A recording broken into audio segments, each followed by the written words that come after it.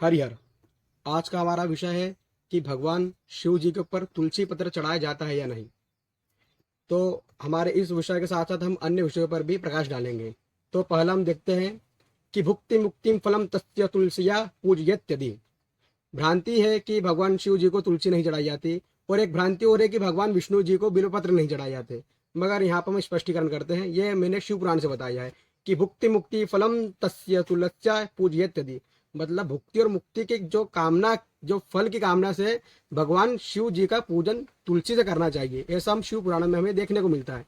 और हम ब्रह्म पुराण की बात करें तो उसमें भी आया है, लिंगम अभ्यर्चम दृष्टा प्रतिमाम केशवश्च च तुलसी पत्र निकर मुच्यते ब्रह्म हत्या।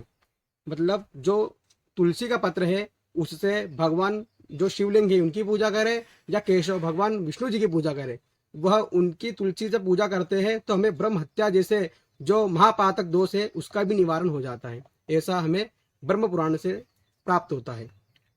अब हम जब बात करें तो निर्णय सिंधु का जब हम अध्ययन करते हैं तो हमें प्राप्त होता है कि तुलसी को भी उन्होंने वहां पे बिल्व, एक बिल्व पत्र है, उसमें बिल्व पत्र की गिनती में उसे गिना हुआ है। एक तो तुलसी, बिल्वपत्र, निर्गुंडी, जंबीर और मलकम, इस प्रकार के जो 5 पत्र है उन्हें बिल्व पत्र ही कहा गया है निर्णय सिंधु में। अब हम देखते हैं कि यह तो स्पष्ट हो चुका है कि जो भगवान शिव जी है या शिवलिंग है उन्हें तुलसी पत्र चढ़ता है, यह शास्त्रीय उचित है। अब हम बात करते हैं कि एक भ्रांति और यह है कि भगवान शिव जी को कुमकुम भी नहीं चढ़ाना चाहिए, ऐसा कुछ लोगों का मत है।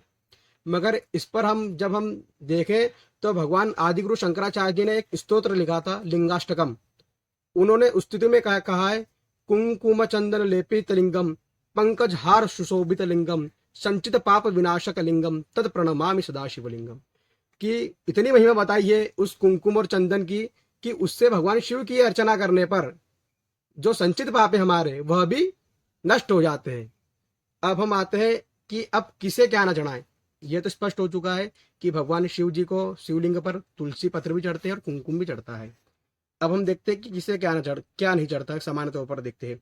तो अक्षतैर नार्चयद विष्णु न तुलस्या गणाधिपम न दुर्वया यजद देवी बिलो पत्र न भास्करम।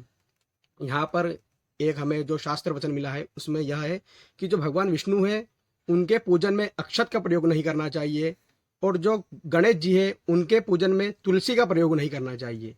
यहाँ पे आप समझिए, भगवान शिव की पूजा में तुलसी का प्रयोग होता है, भगवान जो गणेश जी है उनकी पूजा में तुलसी का प्रयोग नहीं होता।